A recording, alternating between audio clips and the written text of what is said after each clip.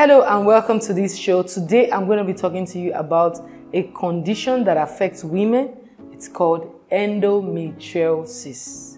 Yeah, this is a condition in which the lining of the uterus is found in other parts of the body.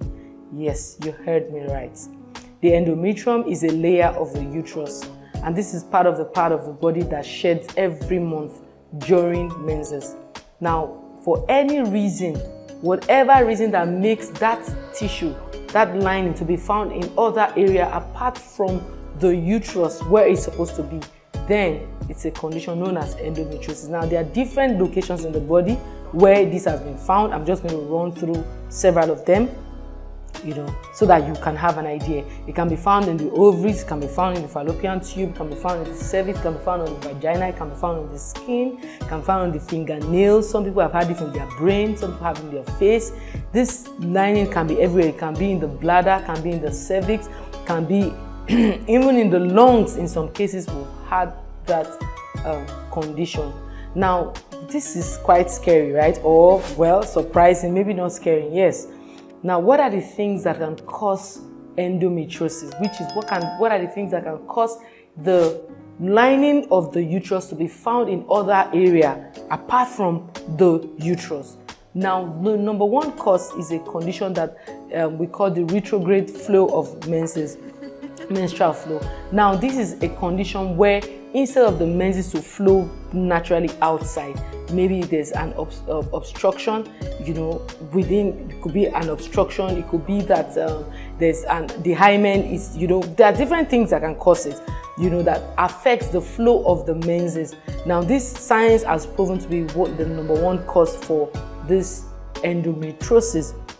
Now, number two could be genetic factors. It means that if there's a family member who has had endometriosis, the chances of them having it is also high. Number three is hormonal imbalance. Hormonal imbalance can cause this. Number four is immune disorder.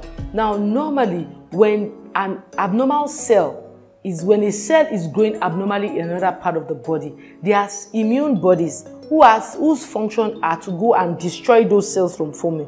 But if for any reason the immune system is not it's not up and doing, then it permits these tissues to grow where they are not supposed to grow, and this can cause the condition known as endometriosis. Then lastly, maybe not lastly, but another point is surgery. Surgeries, like in the course of exploratory laparotomy, it could be during fibroid removal, maybe myomectomy. It could even be during D&C, where a tissue from the uterus leaves that place and accidentally, attaches itself to another part, and then from that part that it attaches to, it begins to grow from there. And then what happens is that during the normal period, you have the person bleeding from these other locations apart from the uterus. So you see, so these things these are some of the causes of it.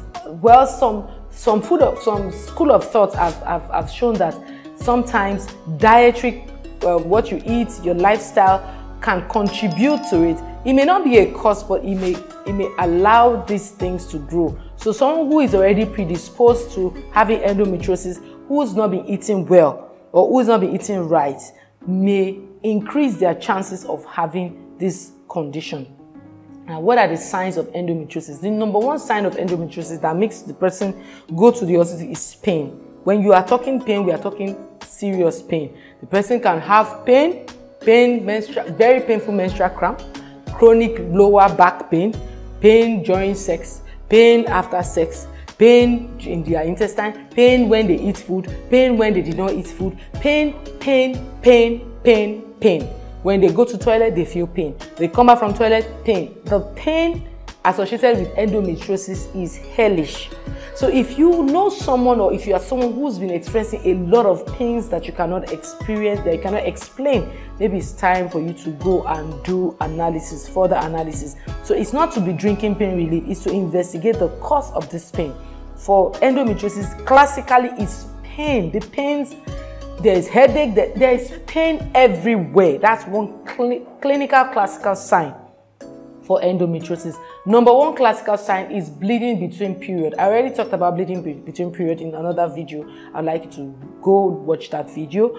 Then also another sign is infertility. The woman is trying to conceive. You know, it usually affects fertility because you can imagine when the lining of the uterus wraps around the ovaries, it will make ovulation impossible. Or when the lining of the uterus line the fallopian tube, it will block sperm from going to fertilize egg, it will block fertilized eggs from coming. So usually they cause infertility. Then also there's usually stomach pain, digestive pain, there's usually diarrhea, there's constipation, there's bloating, there's nausea. There are these pain that are related to their bowel, to their digestive system.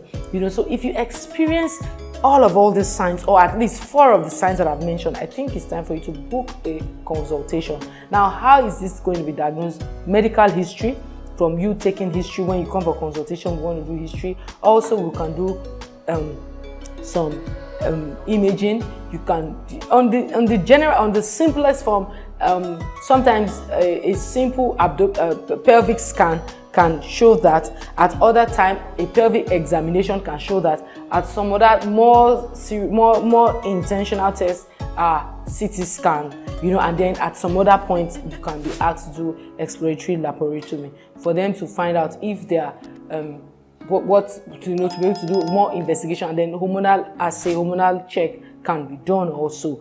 Then what are the things that you can do? Suppose you find out that you have been diagnosed with endometriosis. Now let me say to you, that's not the end of the world. Yeah, that's not the end of the world. No.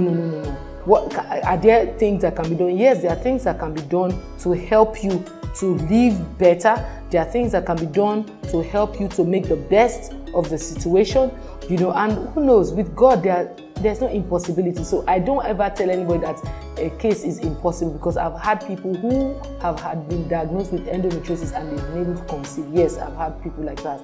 Now there are different levels, there are different stages. There's the mild, there's the moderate, there's the more intense and more severe stage of endometriosis. All these can be found out during a consultation session. So if you have been diagnosed with endometriosis, now here are just a few things that you need to do. One, you need to eat right. I always talk about eating right. You need to eat right. Why should you eat right? You need to eat right because you are what you eat. And one of the things you need to avoid, remove from your meal diet completely, is anything that has to do with from beef, from cow. So that means you need to stay away from dairy products, you stay away from meat, you stay away from anything that has artificial progesterone or artificial estrogen that can lead to excess estrogen production, because usually in endometriosis we usually found that the levels of estrogens are usually more higher. When the hormones are imbalanced, there's more estrogen.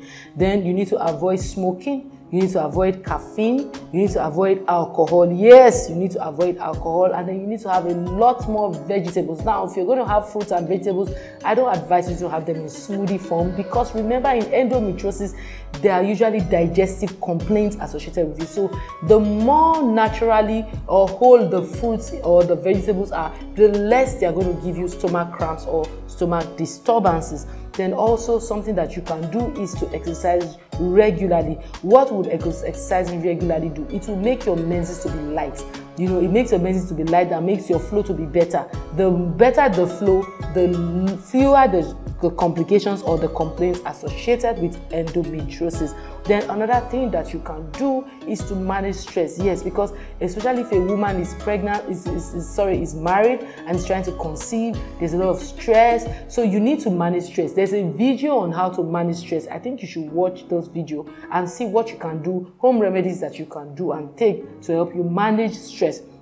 Now, what are the things that you should avoid? I already mentioned some, but I'm going to mention again. You need to stay away from sugar, you need to stay away from malt, you need to stay away from barley, you need to stay away from potatoes, from junk food, from dairy products. You need to there are some things you need to add to your diet. You need to add them to your diet. What do? These things have ability to help your body regulate itself.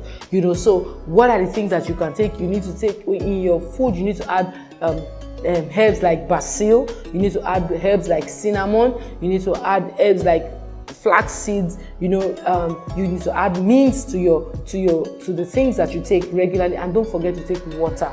Now, you have been diagnosed with this, or you are just hearing for the first time, or there are some clarifications you want me to do, please drop it in the comment section and I'll be sure to answer you and get back to you. And then you want to talk to me in person, please call the numbers that are showing on the screen. They will take you directly to my office line, and then you can take it up from there. Remember that perfect health is not a destination, but it's a journey.